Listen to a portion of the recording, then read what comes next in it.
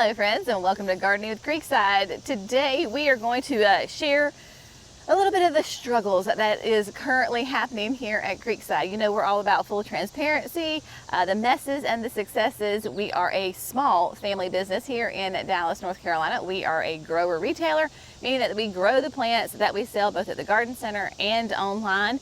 And like any small business, there are struggles. So Jerry was like, let's just talk about some of the struggles, because there is, of course, always the silver lining, but we do want to keep things real around here. So we're gonna have some fun commiserating in the struggles here at Creekside today. We're gonna hop around and do different areas because, of course, there are always areas that are of concern and that need attention. Correct? Yes, and then in all of this, there's some really, good stuff.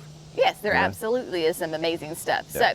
So we're not being negative Nancy's today. We are just sharing life as a small business owner and things that are happening that you would have absolutely no clue about. And so we're going to share those with you. All right, now I'm going to kind of turn this over to Jerry because look at that face. Currently, you can clearly see that we're standing in front of some of our equipment. Yeah, if we're standing in front of the equipment, because this is where I kind of thought about this, is that, a lot of customers come back and they've been asking us, how things are going this year, and, you recovered from the floods and all the weather events from last year, people events from last year, so, we've had none of that really, some little bit of weather, and we'll talk about that in just a few minutes, but the main problem I have had this year is this brand new equipment behind me. This brand new Bobcats. This machine here has probably been taken off property 3 or 4 times since it got here, and it's the new T76 from Bobcat. The current situation, which we'll go over and talk about, is with the excavator, which has got me all fired up. But yeah, this one here, it's just had some weird electrical things early on. I think was with the ride control attachment that they have, which works on this loader arm, which helps us a lot because we're carrying, down the black gold ultra outdoor planting mix for sale, or we're carrying down the proven winners mix down for sale, or so it helps with the cushioning, especially even when we do a lot of gravel work here on property and carrying a bucket of gravel, so it just doesn't, while you're riding and bumping, it just doesn't throw the gravel out of the bucket, and that works really well. I will say that's a nice feature they have on this machine, and it has worked really good for us, but it's been rattling itself loose because it was something with the track, and they went back, and after 2 trips back to back, they finally found what I was trying to tell them, that this thing was rattling itself loose. I mean, you would get in the machine and it just felt like it was just going to come apart. So that seems like, we've made it out of the woods with this one, but we're busy getting ready to do a project here, and we come over to the excavator when we get back? Tuesday morning. Yeah. And I think Jackson actually had found it over the weekend and came over, and we got in, and it has all these machines are electronics, right? So they have, computer screens on them. Jenny can get in here and show you. All of it have big monitors on them and all that stuff, and it gives you your startups and your RPMs, your fuel gauge, all that, everything. So he goes to fire this thing open last weekend, and the screen does come on. Let's see what it does today. Yeah, it's going to do nothing today. I turned the switch. That thing should be on. It's like it has 0 power now. Before it did have some power where it was beeping and making different noises and stuff like that. But it's dead. But anyway, he found 2 codes with communication errors. So now this machine is stuck. This is a track machine. The blade is down. The bucket is down. It's like I can't just throw this on my trailer and take it to Bobcat. So we've gone back and forth with Bobcat, and I'll be honest with you, I get tired of fighting to get like the right service on this machine. But it is just like it's been, one thing after another here lately with equipment. And Jackson was running it. He was doing a good job. He was in work mode. He busted the windshield out of this one in the back. We were working in the woods around where those trees had been taken down up at the chicken coop. And then right before we left to go to our trip to cultivate, the front windshield here on the skid steer loader was busted out by one of the guys, and we're taking apart the wall, which is the next kind of struggle situation I want to show you up here at production that we're having to redo because of just some bad work. Yeah, so within 2 months of each other, maybe was it 2 months, we've had to replace the back windshield, the front windshield. The back windshield on the excavator, we actually had to take it to Bobcat because it was a seal, like they had to, it was some sort of special treatment that they had to do to it. And so you had to take it to them. So we had to take it to them for that, got that fixed. And then thankfully they were able to come out. The service department was come out and do that. Because of course it's all safety glass. So if you tap it just right in the right spot, it just goes.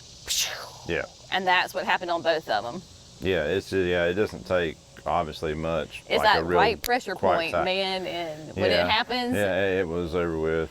It's absolutely over Yeah, with. so I don't know. I mean, the excavator, I just really don't think that they had this one figured out, you know. And then when they get here Tuesday, they they ordered a panel for it, and they're going to come here Tuesday and put the panel on, but it seems like there's no power now.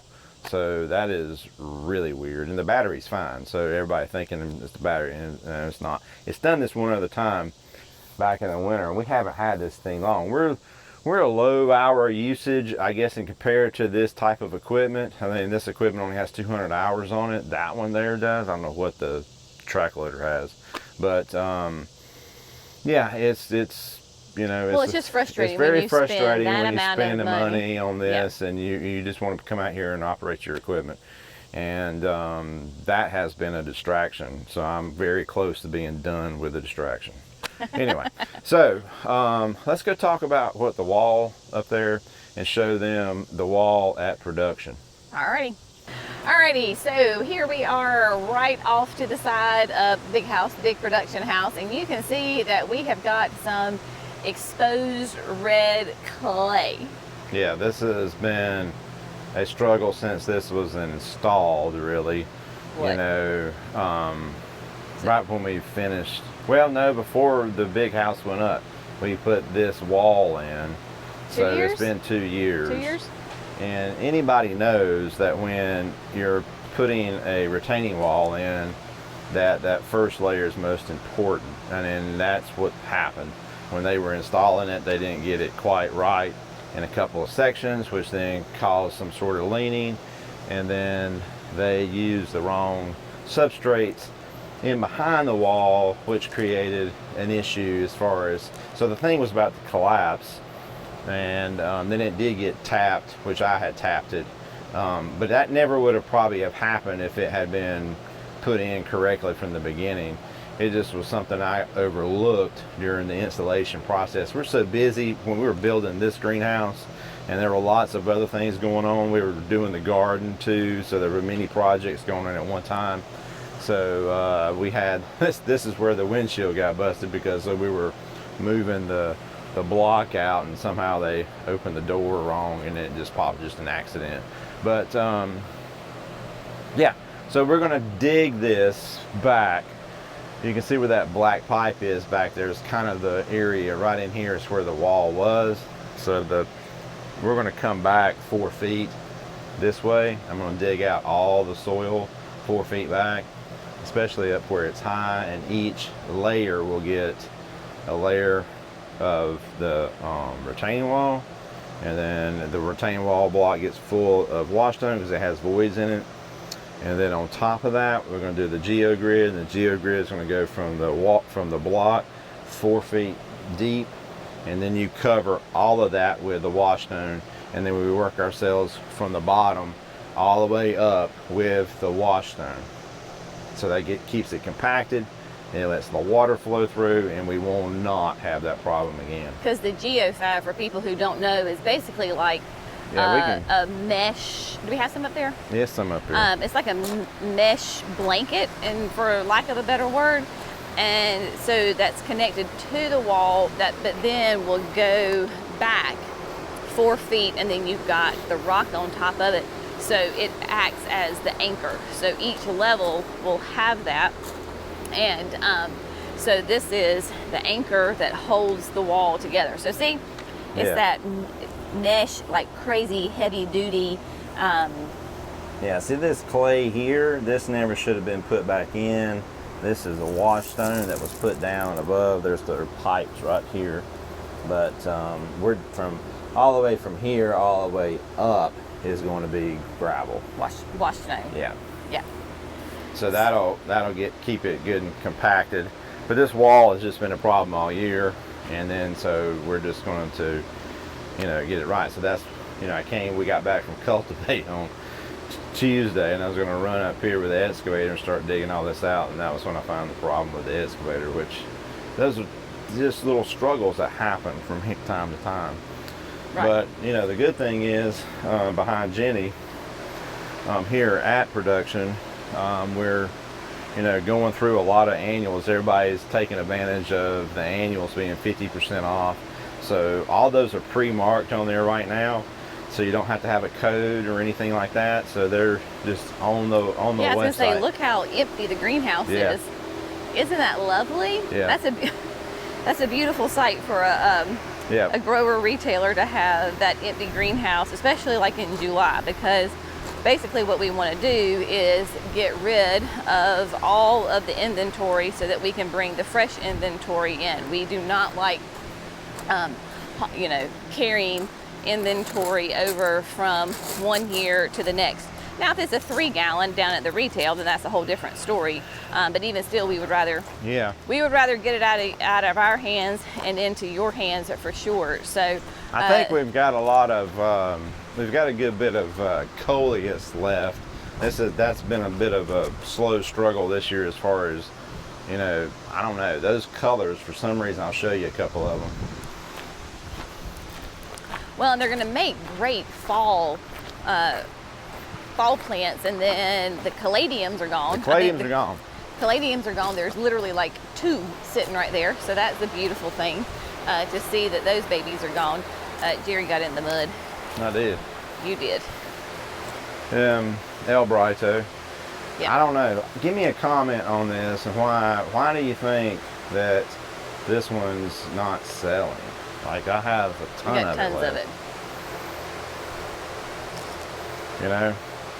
Let's look at it again. It does change colors, so I think that's really cool. You can look at, maybe it's the picture on the website, I don't know. Well, and it seems to be more green, like, because it's in the greenhouse right here. Yeah, but they're seeing they don't see, they're seeing what's on the website. I know, but I'm telling people who are watching this video that might be buying the product that it does have different colors once it's out there in the full UV light. So in the UV light, it will get a lot more coloration to it, but under the greenhouse, when it's protected, it doesn't quite get the full coloration that it would if it were out and about. Yeah, I was just kind of going on my phone there just to double check, because every once in a while we'll get a product in there that doesn't get put in. But yeah, it's 255 of these available. Make beautiful fall arrangements. Yep. All right, so now let's head to the shrub lot. So we have, if you are a watcher of Gardening with Creekside, you know that last year, so 2024, oh my goodness, it was the year of weather here at Creekside. We had at 3 different times we had weather issues, and so like the creek flooded, the signature garden flooded in late January, February, which wasn't that big of a deal. Just did a little bit of cosmetic damage with some of the flower beds, and then of course the major flood happened with us in May of last year, where we had significant, it was flash floods where we lost like 40% of the shrub lot down at the retail greenhouse because it literally picked up the plants and washed them away. And then of course in September we had Hurricane Helene that came through, which by all accounts we came through fantastic. We lost some huge trees, didn't do any structural damage, and then we lost power for a bit, which was a problem in the fact of that we are a nursery and we need to water our plants, and we are on a well, so if you don't have power, you don't have well, you don't have water. So then that was kind of the struggle. So a lot of folks have been asking us this year about, you know, have we recovered, how has the weather been, and all of that. And by all accounts, the weather it's been, quote, normal for sure. Yeah, it's been normal, and it's been July normal right now as far as we're getting thunderstorms, it's humid, you know, going back and forth, so we have to watch our watering. Yeah. You know, making sure we're keeping water off back here. But because of that, this year we've had a hard time keeping up with the weeds. Yeah, because if you're especially, I mean, I can speak to the south because that's where we live, right? But the rain is an absolute blessing and a curse all at the same time. It is a blessing because we did have a fairly wet spring, which the plants and the landscape and everything absolutely loved. Like they were glorious, they're beautiful, and then if your plants grow, guess what else grows? The weeds grow, and they are just, I mean, unbelievable. Even just here in the gravel, you've got just weeds that come up everywhere. And I tell you, you can go through and weed one day, and then the next day they just appear and are just everywhere. Yeah, I mean, I've got rid of all this right before we went to the beach. You know, early June. Yeah, early June, and then I think even again after that. So it's been, they just keep the grass. It's the grass weeds that keep coming back. They've stayed out of the. They've been doing a good job of keeping them out of the shrubs and stuff. And right, like we've got, I mean, because this is Bloom Rain Dark Purple, looking good right now. So you can see, you know, it's been weeded and taken care of and all that kind of good jazz, you know. Yep. I really like this. I got you sitting there talking, I was like enamored in this soft serve gold. Look at that. That's really pretty. Yeah, these just, I mean, you could take, you know, thinking about the fall, you know, and you can take these little shrubs and put them in containers and make a nice container arrangement instead of a mum. What's the hardiness on those? You've piqued my interest. Yes, 4 to 8. So zones 4 to 8. Yep. So if you're in the warmer zones, say, you know, definitely like 6, 7, 8, you could leave it in the container all winter long. Mature picture of it. You don't have to worry about it overwintering in a container. Like it would be perfect to stay in that container. Yeah, so this will be, you could do a mixture of these things and make a nice arrangement either with this or the coleus, or, you know, you can mix in, you know, something like that. You know, it depends on how cold you are, but since the barberry is deciduous, but it would work really nicely with this. But think about that, making a fall arrangement out of court shrubs, you know, to give yourself that, and then that ability just to take that, you know, next spring or whatever, and, you know, put it in the landscape, and you bang for your buck. That's right. That's right. Alrighty, so we are going to head down to the garden center because there was an area that Jerry had asked for your opinion about, gosh, in, I guess it was the springtime, with the signature garden, and y'all were very adamant on your answers. You've all had the exact same answer, and so Jerry's going to share the update with that and show you why he was asking that question to begin with. And yeah, so let's head down there. We came down to the garden center because we're going to head over to the signature garden here, but we had to come through the pergola and walk by the summerific hibiscus. Oh my gosh. My stars, y'all. Look at them. 'Tis Look at that the guy. season for summerifics. This is, of course, the cookies and cream. Look at that absolutely pure white bloom on that beautiful dark foliage. It's going to be a little bit of a shorter one. It's so special. It actually has 2 tags. Yes. Somebody took. We need to make sure the other tags are there. But I mean, my gosh, they are all looking so great. You got Starry Night down here, that is just loving life. Like, look at that. Like, there's my hand. Look how big that thing is. Isn't that glorious? And then, of course, we've got Valentine's Crush with her massive, huge red flowers. Very upright habit on that. Gorgeous. So anyway, we just wanted to stop for a second and show you those guys. And then the Berry Awesome, she's down here as well. Look at that. Lovely. And Edge of Night is back there in the back as well. All right. Yeah, So, the positive thing, this big empty spot right here, yes, this was the hydrangeas. They were all hydrangeas here. absolutely. And everybody took advantage of the couple sales that we had there. Yep. Yeah. So very positive. Again, this is what we like to see as a grower in July, is that we've got some empty spots. Now, okay, full disclosure. So, well, before you even get to that, so you'll notice that the saffron finch looking a little rough. She's quite sparse. So do you think we have budworms? Yeah, I do. I think we have budworms because basically all the blooms are gone. So what we need to do is come in here and we need to trim back really nice and sharply on the fronts and the backs. And then we need to come in and spray that BT spray, because if you notice all of a sudden your petunias have just completely lost all of their flowers, like seemingly overnight. You've got foliage, but you have no flowers. Odds are you probably have budworms. We sometimes get budworms. It's not something that we get enough that we have to spray on a regular basis. But this is a sure sign that we have budworms on the front side, and it will not take long before they spread to the Mini Vista Plum Veined, and then of course to the pink tiaras. So yeah, so that's just something that we need to take care of. Now, cutie patootie. Yeah, and this is, you know, we had that discussion about keeping the grass, and this is why I brought it up, because you can see, and it's not armyworms. So some of you might have fescue lawns right now, especially in our area where it's been hot and humid and whatnot.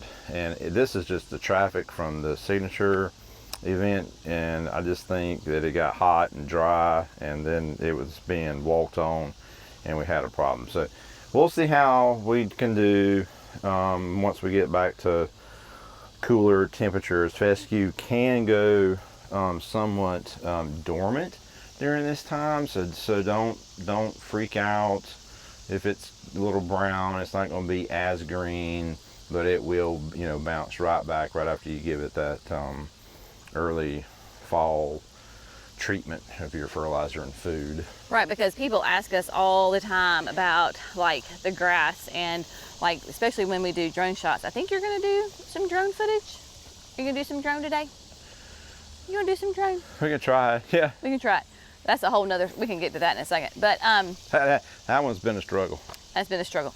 But people always ask about the grass, because we have fescue grass. Excuse me. So we have fescue grass here in North Carolina, where we are in the Piedmont, meaning we're not in the mountains, we're not the sandhills, we're not the coast. We're right here, kind of in the middle. We can either grow hot weather grass, so your Bermuda, your centipede, your zoysia, you can grow that, or you can grow cool weather grass, which is fescue.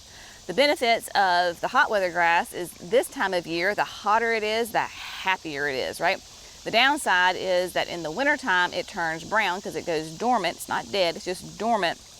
And it's a creeper. So those are kind of like creeping grasses. The fescue grass, the benefit is that in the cooler seasons of the year, so basically everything except July, August, early September, the grass looks amazing, really beautiful, nice and green. But because it's a cool weather grass, during the heat of the summer is when it shows the most stress and kind of goes dormant. So that's what we're seeing here, because trust me, after last year when we lost this entire section of grass due to the armyworms, and we had to put sod down again. Yeah. We have been very on top of it and being preventative. So like if you look over here in the areas that are not the high traffic, like they look amazing, like they are gorgeous. It's the high traffic areas right here at the entrance. And I do think the mower may have gotten in this to begin with, and it did kind of mess it up here. But yeah, that there was just traffic and the heat. And the heat. Yeah. Yes. So you want to talk about the drone? Yeah, the drone's just, yeah, it's been fine. You know, there was one day I was having a bit of a struggle with it, and it just decided to drop out of the sky. I mean, it was nothing I did, and it fell straight out of the sky in the yard at the house. It was on the garden tour, the big garden tour we did in June. Yeah, so if you haven't seen that video, it's a good tour. Yeah, it's the last time we ever used the drone because it just stopped responding to you and would not respond. And then all of a sudden, as it was recording, it just fell from the sky. Fell from the sky. Yeah, really weird. It's like almost like it was jammed out and it just came down and crashed. So DJI sent me a new one, so we're good to go. So it just came yesterday, right? Yeah. Yesterday. So got to connect it and all that jazz. So we got to get it all connected and all of that good stuff. But yeah, so the good thing is, you know, my gosh, the garden is looking great. It's doing well. The salvias look gorgeous. The salvias are looking good. The pentas have finally started to pick up their game here and are flushing out in all of their nice hot pink glory. So that is good. Of course, the hibiscus, they are doing really well. And then the pink tiara, she's holding her own for right now. She's doing well. Doing pretty good. You know, but it's just getting that time of year here in the south on petunias. So we get kind of shaky, hot, and we're holding on pretty good this year. Yep. So we'll see how it goes. Yep. Yeah. All right. Anything we make else? any kind of rash judgments on them. Ripping stuff out. Taking them out. Yeah. Yeah. Yeah. Anything else? I don't think so. You want to? Yeah. You're good. I'm good. Yeah. All right. So again, not trying to be negative Nancy's here. We're just trying to share real life what is happening because I think sometimes, well, I know in social media you can get the highlight reels and everything seems like it's all perfect and rosy and sunshine and unicorns and it's the perfect life and it's the easiest job ever. And again, we just try to keep it real with you and show the messes and the successes. So this was kind of a good time to show some of the struggles that we as small business owners here at Creekside are going through. Yeah, I mean, you know, it's just like in the whole, I think a lot of folks in the horticulture realm and then what they see or the folks looking in on us from outside, right? And there's so many different levels of this. You have, you know, the wholesale growers and you have the liner growers, and then you have, you know, and it gets all the way down to folks like us that are doing so down here at the garden center, and then we're trying to accomplish growing this stuff, and then we get here to the retail side of it. This, out of all of those channels, this here is the absolute hardest, is at the retail level in the horticultural side of things. You know, I mean, it's different than doing YouTube videos. So why is it the hardest? Because you're dealing with a multitude of things. You're trying to keep those plants alive that get here and keep them looking good. You're dealing with multiple different types of people. You know, and because especially during the spring, because you've got to make your money during that little small window of time, and we're trying to serve as many people as we can all at one time, and you know, stress happens on that. You know. Well, and you're trying to keep too is like everything down here, trying to make it look as pristine and as pretty and as lovely as possible, because like with the garden here, obviously this is a source of inspiration and education for folks, so we're really trying to keep it as top notch as you possibly can. And then of course the garden center too, you want to put your best product forward, so we're constantly tweaking, moving plants, fertilizing, pruning, switching plants out, because as the seasons change, of course, different plants will be in their prime, so you're constantly switching those out. And then when our customers come, we want to love on them and serve them well. So yeah, there's all that. Multiple layers for all of this, for sure. Yep. Yeah, yeah. I mean, because there are multiple layers from our, growing our e-commerce to selling it to retail, then to Jenny's, all the videos that Jenny's producing every single week. Yep. It's great. So with all of that being said, we absolutely appreciate and adore all of you for all of your love and support with Creekside, for some of you for many, many, many, many years, and then some of you have just joined in on the Creekside family. So we, wherever you are in your journey with Creekside or gardening, we are appreciative. We appreciate you, and we are grateful that you are here, and for all of your love, your support, your prayers, your encouragement, and sometimes even your criticisms, because some criticism is absolutely good and makes us better. So if you have found this fun, informative, inspirational, whatever, we would love it if you would like and subscribe to Gardening with Creekside, that you don't miss those 5 videos we do each and every week. Y'all have a great day. It's not even 9 o'clock this morning, and so we were trying to beat the heat, so I think we've done it. I haven't broken a sweat, have you? No, I'm good. No. It's awesome. All right, we'll see you on the next video. Bye, friends.